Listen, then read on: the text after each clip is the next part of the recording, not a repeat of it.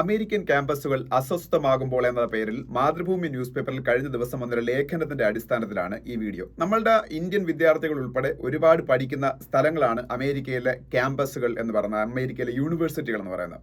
അവിടെ എന്താണ് സംഭവിക്കുന്നത് എന്ന് ചോദിച്ചാൽ, നമ്മളുടെ കുട്ടികൾ ഉൾപ്പെടെ അമേരിക്കൻ ക്യാമ്പസുകളിൽ, അമേരിക്കൻ യൂണിവേഴ്സിറ്റികളിൽ പഠിക്കുന്ന കുട്ടികൾ വലിയ പ്രക്ഷോഭത്തിലാണ്. വളരെ സമാധാനപരമായ പ്രക്ഷോഭമാണ്. ആ പ്രക്ഷോഭത്തിന്റെ കാര്യം എന്താണെന്ന് പറയുന്നതിന് മുമ്പേ അമേരിക്കയെക്കുറിച്ച് ഒന്ന് രണ്ട് കാര്യങ്ങൾ പറഞ്ഞോട്ടെ.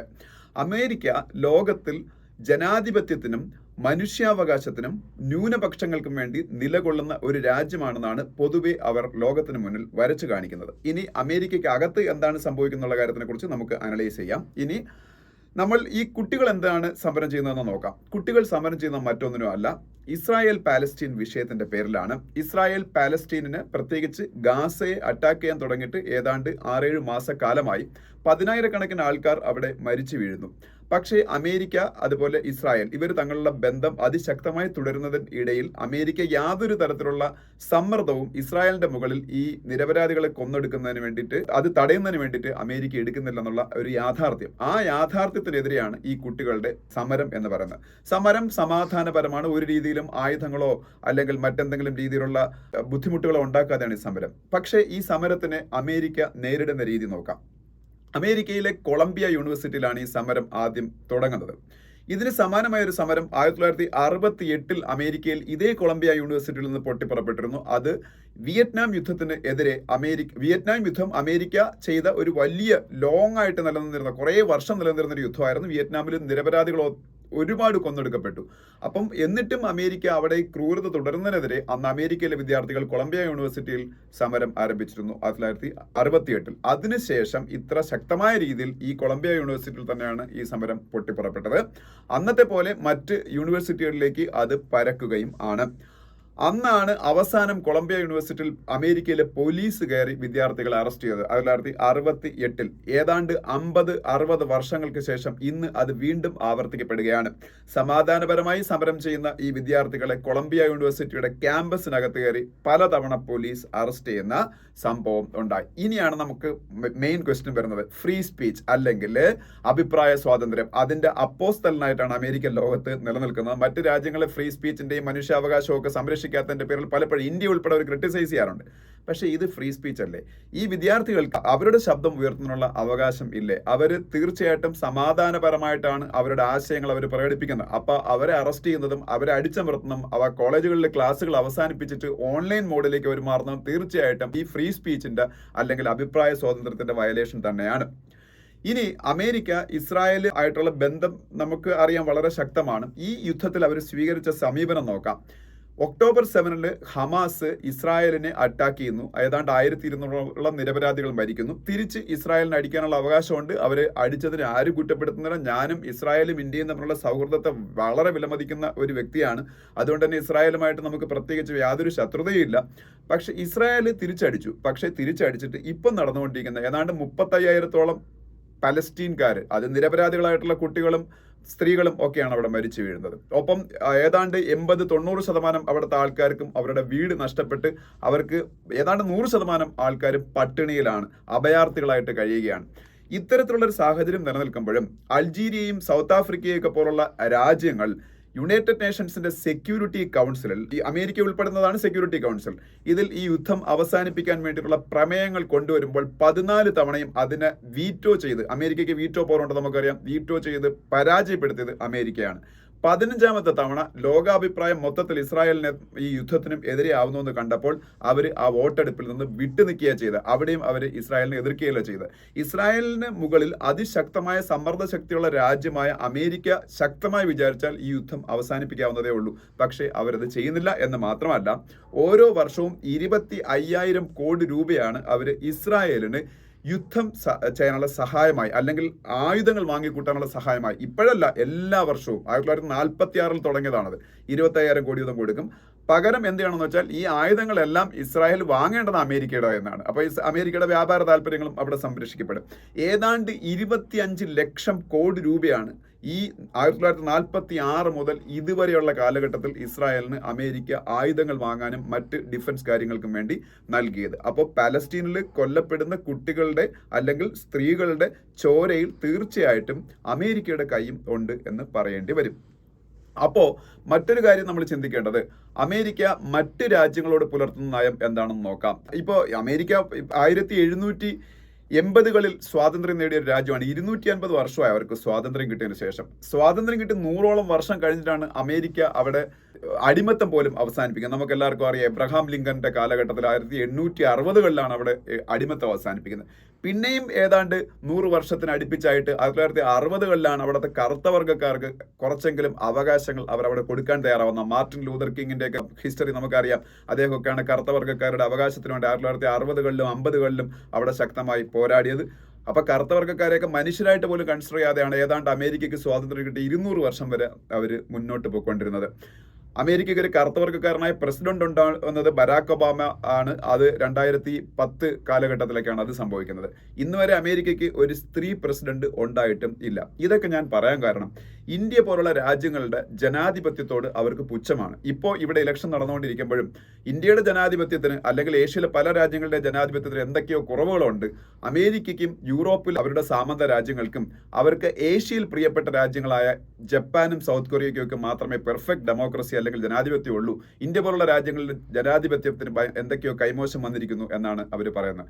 പക്ഷേ അതൊരു വാദത്തിന് വേണ്ടി നമ്മൾ ഇന്ത്യയിലെ ജനാധിപത്യത്തിന് കുറച്ച് ഇംപെർഫെക്ഷൻ ഉണ്ടെന്ന് വേണമെങ്കിൽ സമ്മതിക്കാം. കാര്യം ഇന്ത്യ പോവർട്ടി, നല്ല ദാരിദ്ര്യവും ഒപ്പം നിരക്ഷരതയൊക്കെ ഇപ്പോഴും ഉള്ള രാജ്യമാണ്. അപ്പോൾ സ്വാഭാവികമായിട്ട് ഈ ഡെവലപ്ഡ് നേഷൻസിന്റെ അത്രയും ഹെൽത്തി ഡെമോക്രസി ആയിരിക്കത്തില്ല. അത് ഇവോൾവ് ചെയ്ത് വരത്തേ ഉള്ളൂ. നമുക്ക് സ്വാതന്ത്ര്യം കിട്ടിയ 75 വർഷമായിട്ടുള്ളൂ. 250 വർഷമായി അമേരിക്കയുടെ ഡെമോക്രസി ആയിട്ട് ഇന്ത്യയുടെ ഡെമോക്രസി നമുക്ക് താരതമ്യം ചെയ്യാൻ പറ്റില്ല. ഇനിയും വർഷങ്ങളെടുക്കും നമ്മളൊരു മെച്യൂർഡ് ഡെമോക്രസി ആവാൻ. അത് നമുക്ക് സമ്മതിക്കാം. പക്ഷേ ഡെമോക്രാറ്റിക് വാല്യൂ അല്ലെങ്കിൽ ഡെമോക്രസിയോട് ഇത്രയും ശക്തമായ അഭിവാഞ്ചമുള്ള രാജ്യം എന്ന് അവകാശപ്പെടുന്ന അമേരിക്ക ജനാധിപത്യപരമായിട്ട് സ്വാതന്ത്ര്യം കിട്ടിയ 47 മുതൽ മുന്നോട്ട് പോയിക്കൊണ്ടിരിക്കുന്ന ഇന്ത്യയുടെ അടുത്ത സമീപനം എന്താണെന്ന് നോക്കിയാൽ മതി. ഒരു കാലത്തും ഡെമോക്രസിയെ യാതൊരു വിലയും കൊടുക്കാത്ത ചൈനയ്ക്കും പാകിസ്ഥാനുമാണ് അവർ പല കാലഘട്ടത്തിലും ശക്തമായ പിന്തുണ കൊടുത്ത്. കഴിഞ്ഞ ഒരു 10-15 വർഷക്കാലം എടുത്ത് മാറ്റി നിർത്തിയാൽ ബാക്കി പൂർണ്ണമായിട്ടും പട്ടാളം ഭരിക്കുകയോ അല്ലെങ്കിൽ പട്ടാളത്തിന്റെ പിന്തുണയോടുകൂടിയുള്ള പാവ ജനാധിപത്യ ഗവൺമെന്റുകളോ നിലനിന്നിരുന്ന പാകിസ്ഥാനെയാണ് എന്നും അമേരിക്ക സപ്പോർട്ട് ചെയ്തിരുന്നത്. അതേപോലെ ഇപ്പം നമുക്കറിയാം ചൈനയും അമേരിക്കയും വലിയ ശത്രുക്കളെ പോലെയാണ് പെരുമാറുന്നത്. പക്ഷേ ചൈനയുടെ ഗ്രോത്തിന്, ചൈനയുടെ വളർച്ചയ്ക്ക് ഏറ്റവും ശക്തമായ പിന്തുണ നൽകിയ രാജ്യം എല്ലാ കാലത്തും അമേരിക്കയായിരുന്നു. ലോകം കണ്ട ഏറ്റവും ഒരു നീചനായ എന്ന് വേണമെങ്കിൽ പറയാവുന്ന ഒരു ക്രൂരനായ ഒരു ഏകാധിപതിയായിരുന്ന ചൈനയുടെ മാവോയുമായിട്ട് ഏറ്റവും അടുത്ത ബന്ധത്തിലായിരുന്നു അമേരിക്കയുടെ ആ കാലഘട്ടത്തിലെ ഭരണാധികാരികൾ എല്ലാം. ഇന്ന് ചൈന ലോകത്തിലെ ഇൻഡസ്ട്രിയൽ പവർ ഹൗസായി മാറിയെങ്കിൽ അമേരിക്കയാണെന്നതിന് കാരണം അമേരിക്കയിലെ വൻകിട കമ്പനികളെല്ലാം തന്നെ ഇപ്പോൾ മൈക്രോസോഫ്റ്റോ ഗൂഗിളോ അല്ലെങ്കിൽ ടെസ്ലയോ അല്ലെങ്കിൽ ആപ്പിളോ അല്ലെങ്കിൽ ജനറൽ മോട്ടോഴ്സോ അവിടുത്തെ ഓട്ടോമൊബൈൽ കമ്പനികൾ ഏതെടുത്ത് നോക്കിയാൽ അവരെല്ലാം ഏറ്റവും കൂടുതൽ ഇൻവെസ്റ്റ് ചെയ്തിരുന്നത് ചൈനയിലാണ്. ഇപ്പോഴാണ് അതിന് കുറച്ചെങ്കിലും ഒരു ഇളക്കം തട്ടി തുടങ്ങിയത്. സെമി കണ്ടക്ടർ ഫീൽഡ് എടുത്ത് നോക്കിയാലും ഇലക്ട്രോണിക് ഫീൽഡ് എടുത്ത് നോക്കിയാലും എല്ലാ ഫീൽഡിലും ചൈനയ്ക്ക് വേണ്ട സാമ്പത്തികം നൽകി അവിടെ ഇൻവെസ്റ്റ് ചെയ്ത് ചൈന ഇത്രയും വലിയൊരു സാമ്പത്തിക ശക്തിയെ മാറ്റിയത് US ആണ്. അവിടെ എല്ലാ കാലത്തും മനുഷ്യാവകാശ ലംഘനങ്ങൾ ചൈനയിൽ നിലനിന്നിരുന്നു. മതന്യൂനപക്ഷങ്ങൾ അവർ വളരെ മോശമായി പീഡിപ്പിച്ചു. യൂഗർ മുസ്ലിംസ് എന്നൊക്കെ അറിയപ്പെടുന്ന ചൈനയിലെ സിൻജിയാങ് പ്രവിശ്യയിലെ മുസ്ലിങ്ങളെ അതിക്രൂരമായിട്ടാണ് ചൈന പീഡിപ്പിച്ചത്. അപ്പോൾ അവിടെ ന്യൂനപക്ഷ വേട്ടയാണ് നടന്നത്. അതിനെതിരെ US ഒരു കാര്യവും ചെയ്തിട്ടില്ല എന്ന് മാത്രമല്ല US കൂടുതൽ ശക്തമായ ആ സമയത്ത് അവിടെ നിക്ഷേപങ്ങൾ നടത്തിക്കൊണ്ടിരിക്കുകയായിരുന്നു. US കമ്പനികൾ എല്ലാം ചൈനയോടുള്ള സ്നേഹം കൊണ്ടൊന്നുമല്ല, അവരുടെ കച്ചവട താല്പര്യങ്ങൾക്ക് വേണ്ടി. അതുപോലെ ചൈനയുടെ അധീനതയിലുള്ള ജനാധിപത്യം നിലനിൽക്കുന്ന ഒരു പ്രദേശമാണ് ഹോങ്കോങ്. ഈ ഹോങ്കോങ്ങിലെ ജനാധിപത്യം പൂർണ്ണമായിട്ടും കഴിഞ്ഞ ഒരു 5-6 വർഷം കൊണ്ട് ചൈന കവർന്നെടുത്തു. പക്ഷേ ഒരു രീതിയിലും ചൈനയ്ക്ക് മുകളിൽ ഒരു ശക്തമായ സമ്മർദ്ദം കൊണ്ടുവരാനോ ജനാധിപത്യ ധ്വംസനങ്ങളുടെ പേരിൽ ചൈനയെ വ്യവസായ അല്ലെങ്കിൽ ഈ നിക്ഷേപത്തിന്റെ കാര്യത്തിൽ നിന്ന് മാറ്റി നിർത്താനോ ഒന്നും അമേരിക്ക തയ്യാറായിട്ടില്ല. അപ്പോൾ ഇവരുടെ ഈ പറഞ്ഞ ഡെമോക്രസിയോടോ ആണെങ്കിലും മനുഷ്യാവകാശങ്ങളോടാണെങ്കിലും ന്യൂനപക്ഷ സംരക്ഷണത്തിനോടാണെങ്കിലും ഒക്കെയുള്ള അവരുടെ ഈ ഒരു കമ്മിറ്റ്മെന്റ് എന്നൊക്കെ അവർ വിളിച്ചു പറയുന്നത് അവരുടെ ആക്ഷൻസിലില്ല, അവരുടെ പ്രവർത്തികളിലില്ല. അവരുടെ ഏഷ്യയിലേക്ക് കുറേ രാജ്യങ്ങൾ അല്ലെങ്കിൽ ആഫ്രിക്കയിലേക്ക് കുറേ രാജ്യങ്ങളെ വെറുതെ ടാർഗറ്റ് ചെയ്ത് ലോകത്തോട് ഞങ്ങൾ ഭയങ്കര ഡെമോക്രാറ്റിക് ആണ്, ഞങ്ങൾ ഭയങ്കര മനുഷ്യാവകാശങ്ങൾക്ക് വാല്യൂ കൊടുക്കുന്നവരാണ്, ന്യൂനപക്ഷങ്ങൾക്ക് വാല്യൂ കൊടുക്കുന്നവരാണ് എന്നൊക്കെ അഭിനയിക്കുന്ന രീതി മാത്രമാണ് യു എസിനുള്ളത്. അത് തന്നെയാണ് ഈ പറഞ്ഞ സമരത്തിന് ചെയ്യുന്ന ആൾക്കാരോട് അവരെടുക്കുന്ന സമീപനത്തിലും കാണാൻ കഴിയുന്നത്. അമേരിക്കയിൽ നിന്ന് ഇത്തരം കാര്യങ്ങളിൽ ഒരു നീതിയും നമ്മൾ പ്രതീക്ഷിക്കേണ്ട കാര്യമില്ല. കാരണം അമേരിക്ക എല്ലാ കാലത്തും ഡബിൾ സ്റ്റാൻഡേർഡ് എന്ന് ഇംഗ്ലീഷിൽ വിളിക്കുന്ന ഇരട്ടത്താപ്പ് എന്ന മലയാളത്തിൽ വിളിക്കുന്ന പദത്തിന് ഏറ്റവും അർഹരായ രാജ്യമാണ്. അവർ ചെയ്യുന്നത് ഒന്നും പറയുന്നത് മറ്റൊന്നായിരിക്കും. അപ്പം അത് തന്നെയാണ്. ഇപ്പം നമുക്കറിയാം ഈ അടുത്ത കാലഘട്ടത്തിലാണ്, ഇപ്പോൾ ഇന്ന് ഞാൻ ഇതേ മാതൃഭൂമി ന്യൂസ് പേപ്പറിൽ ഒരു വാർത്ത വായിച്ചു. ഇന്ത്യയിൽ ന്യൂനപക്ഷങ്ങൾക്കെതിരെ പീഡനങ്ങൾ കൂടുന്നു. അതുപോലെ അത് അവരുടെ അമേരിക്കയിലെ സ്റ്റേറ്റ് ഡിപ്പാർട്ട്മെന്റിന്റെ ഭാഗമായിട്ട് പ്രവർത്തിക്കുന്ന അവിടുത്തെ ഒരു ഏജൻസിയാണത് പറഞ്ഞേക്കുന്നത്. ഇന്ത്യ അതിനെ അർഹിക്കുന്ന അവജ്ഞയോടുകൂടി പുച്ഛിച്ചു തള്ളി. കാര്യം മറ്റൊന്നുമല്ല, അവിടുത്തെ ന്യൂനപക്ഷങ്ങളായ കറുത്ത വർഗ്ഗക്കാരായ ആൾക്കാര് ഈ ഇടയ്ക്കും ഈ നിങ്ങളൊക്കെ വായിച്ചായിരിക്കും പല മാധ്യമങ്ങൾ വഴിയും ജോർജ് ഫ്ലോയിഡ് എന്ന് പറയുന്ന ഒരു അമേരിക്കൻ കറുത്ത വർഗ്ഗക്കാരന് ഒരു പോലീസ് ഉദ്യോഗസ്ഥൻ പരസ്യമായി സ്ട്രീറ്റിൽ വെച്ച് അയാളുടെ കാലുകളുടെ ഇടയിൽ ജോർജ് ഫ്ലോയിഡിന്റെ തല വച്ച് അമർത്തി അയാൾ കൊലപ്പെടുത്തി. അത് ലോകം മുഴുവനും അത് വലിയ പ്രശ്നത്തിന് കാരണമായി. അമേരിക്കയിലെ കറുത്ത വർഗ്ഗക്കാർ അതിന്റെ പേരിൽ വലിയ പ്രക്ഷോഭങ്ങളൊക്കെ ഉണ്ടാക്കി. ഇത് അവിടുത്തെ ഒരു ഒറ്റപ്പെട്ട സംഭവമല്ല, അവിടെ സ്ഥിരമായിട്ട് നടക്കുന്ന സംഭവമാണ്. ഇത്തരത്തിൽ കറുത്ത വർഗ്ഗക്കാരോടൊക്കെ ഇപ്പോഴും 1960 വരെ കറുത്ത വർഗ്ഗക്കാർക്ക് അവിടെ രണ്ടാം തരം പൗരന്മാരായിട്ടുള്ള മാത്രം ഒരു ഇതേ ഉള്ളായിരുന്നു. അവർക്ക് സ്വാതന്ത്ര്യം കിട്ടി 200ഓളം വർഷം കഴിഞ്ഞിട്ടും. ഇന്ത്യക്ക് സ്വാതന്ത്ര്യം കിട്ടിയ 1947 തൊട്ട് ഇന്ത്യയിൽ കറുത്ത വർഗ്ഗക്കാരനെന്നോ വെളുത്ത വർഗ്ഗക്കാരനെന്നോ അല്ലെങ്കിൽ ദളിതനെന്നോ വനിതയെന്നോ ഒന്നും ഒരു വ്യത്യാസമില്ലാതെ നമ്മളുടെ ഇലക്ഷൻ തൊട്ട് തന്നെ പൂർണ്ണമായിട്ട് വോട്ടവകാശം കൊടുത്ത രാജ്യമാണ്. അമേരിക്കയിൽ അങ്ങനെ വോട്ടവകാശം പോലും കറുത്ത വർഗ്ഗക്കാർക്ക് ഇല്ലായിരുന്നു സ്വാതന്ത്ര്യം കിട്ടിയതാണ് 100 വർഷം കഴിയുന്നത് വരെയും. അപ്പോൾ അങ്ങനെ ഒരു രാജ്യമാണ്. അപ്പോൾ അതുകൊണ്ട് തന്നെ ഞാനിപ്പോൾ പറഞ്ഞുകൊണ്ട് വന്നത് ഇവരുടെ ആക്ഷൻസും ഇവരുടെ വേർഡ്സും തമ്മിലുള്ള വ്യത്യാസം, വാക്കും പ്രവൃത്തിയും തമ്മിലുള്ള വ്യത്യാസം. ഈ പലസ്തീനിൽ ഇപ്പം നടക്കുന്ന ഗാസയിൽ നടക്കുന്ന യുദ്ധത്തിന് കാരണമായത് ഹമാസ് ആണെങ്കിലും ഇന്ന് അവിടെ നടക്കുന്നത് ഏതാണ്ട് ഒരു വംശഹത്യ പോലെ തന്നെയുള്ള കാര്യമാണ്. ഇസ്രായേലിന്റെ പ്രൈം മിനിസ്റ്ററായ ബെഞ്ചമിൻ നെതന്യാഹുവിന് എതിരെ അന്താരാഷ്ട്ര കോടതി, ഇന്റർനാഷണൽ ക്രിമിനൽ കോർട്ട്, ICC എന്ന് പറയും, അത് യുണൈറ്റഡ് നേഷൻസിന്റെ കോർട്ടാണ്. അവർ മിക്കവാറും ക്രിമിനൽ എന്നുള്ള ഇന്റർനാഷണൽ ക്രിമിനൽ അല്ലെങ്കിൽ വാർ ക്രിമിനൽ അല്ലെങ്കിൽ അന്താരാഷ്ട്ര കുറ്റവാളി എന്നൊക്കെയുള്ള ഒരു പദവി ഉടനെ തന്നെ കൊടുക്കാൻ, പദവി എന്നല്ല, അങ്ങനെ അവർ മിക്കവാറും ഡിക്ലെയർ ചെയ്യാൻ സാധ്യതയുണ്ട്. ഇന്നലെയും അതിനെക്കുറിച്ചുള്ള വാർത്തകൾ വന്നിരുന്നു. ഇന്റർനാഷണൽ ക്രിമിനൽ കോർട്ട് ഈ യുദ്ധ കുറ്റകൃത്യങ്ങളുടെ പേരിൽ ഇസ്രായേലി പ്രൈം മിനിസ്റ്ററായ ബെഞ്ചമിൻ നെതന്യാഹുവിന്റെയും അവിടുത്തെ ഡിഫൻസ് മിനിസ്റ്ററിനെയും വാർ ക്രിമിനൽ എന്ന് ഡിക്ലെയർ ചെയ്യാനുള്ള നടപടികൾ മുന്നോട്ട് പോകുന്ന പറഞ്ഞു. അമേരിക്കയുടെ സമ്മർദ്ദം കൊണ്ട് അത് അവർ മാറ്റിവെക്കുമെന്ന് പറഞ്ഞുകൂടാ. അപ്പോൾ അത്തരത്തിലാണ് അവിടുത്തെ കാര്യങ്ങൾ പൊയ്ക്കൊണ്ടിരിക്കുന്നത്.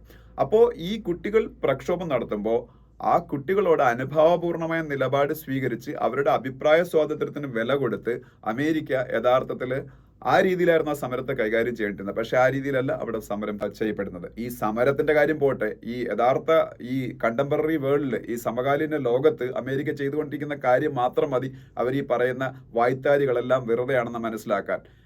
ലോകത്ത് ഇപ്പോൾ പലസ്തീൻ ഇസ്രായേൽ പ്രശ്നം മാത്രമല്ല, അവർക്ക് ഇഷ്ടപ്പെടാത്ത ഏത് രാജ്യവും ഏത് ഭരണാധികാരികളായിക്കോട്ടെ അവരെയൊക്കെ ഇല്ലായ്മ ചെയ്യാൻ, ഉന്മൂലനം ചെയ്യാൻ അവരൊരിക്കലും ഒരു മടിയും കാണിച്ചിട്ടില്ല. അത് ഇറാഖിലെ സദാം ഹുസൈൻ ആണെങ്കിലും ലിബിയയിലെ മുഅമ്മർ ഗദ്ദാഫി ആണെങ്കിലും അങ്ങനെ ഒരുപാട് ഉദാഹരണങ്ങളുണ്ട്. അപ്പം അത്തരത്തിലുള്ള രീതിയിൽ ഇന്ത്യ പോലുള്ള രാജ്യങ്ങളിൽ കളിക്കാൻ അമേരിക്കയ്ക്കൊന്നും ഒരിക്കലും കഴിയത്തില്ല. അതുകൊണ്ടാണ് അമേരിക്കയിലെ ഒരു വിഭാഗം മാധ്യമങ്ങളും ഒരു വിഭാഗം അവരുടെ സർക്കാരുടെ തന്നെ ഏജൻസികളും ഒക്കെ ഇന്ത്യക്കെതിരെ ചില വ്യാജ പ്രചരണങ്ങൾ നടത്തിക്കൊണ്ട് ഇന്ത്യയിൽ എന്തൊക്കെയോ പ്രശ്നങ്ങളുണ്ടെന്ന് വരുത്തി തീർക്കാൻ ശ്രമിക്കുന്നത്. അത്തരത്തിൽ ഇന്ത്യയിലെ ഇലക്ഷനിലും ഇന്ത്യയിലെ മറ്റ് ആഭ്യന്തര കാര്യങ്ങളിലും ഇടപെട്ട് എന്തെങ്കിലും കളിക്കാൻ പറ്റുമെന്നാണ് നോക്കുന്നത്. പക്ഷേ അമേരിക്കയ്ക്കെതിരെ ദിവാസ്വപ്നം മാത്രമായിട്ട് അവശേഷിക്കും. ഒരു കാലത്തും ഞാൻ പറയുന്നില്ല, ഈ അടുത്ത കാലത്തൊന്നും അത്തരത്തിൽ അമേരിക്കയ്ക്ക് ഇന്ത്യയുടെ ആഭ്യന്തര കാര്യങ്ങളിൽ ഇടപെടാൻ ഒരു രീതിയിലും കഴിയുമെന്ന് തോന്നുന്നില്ല.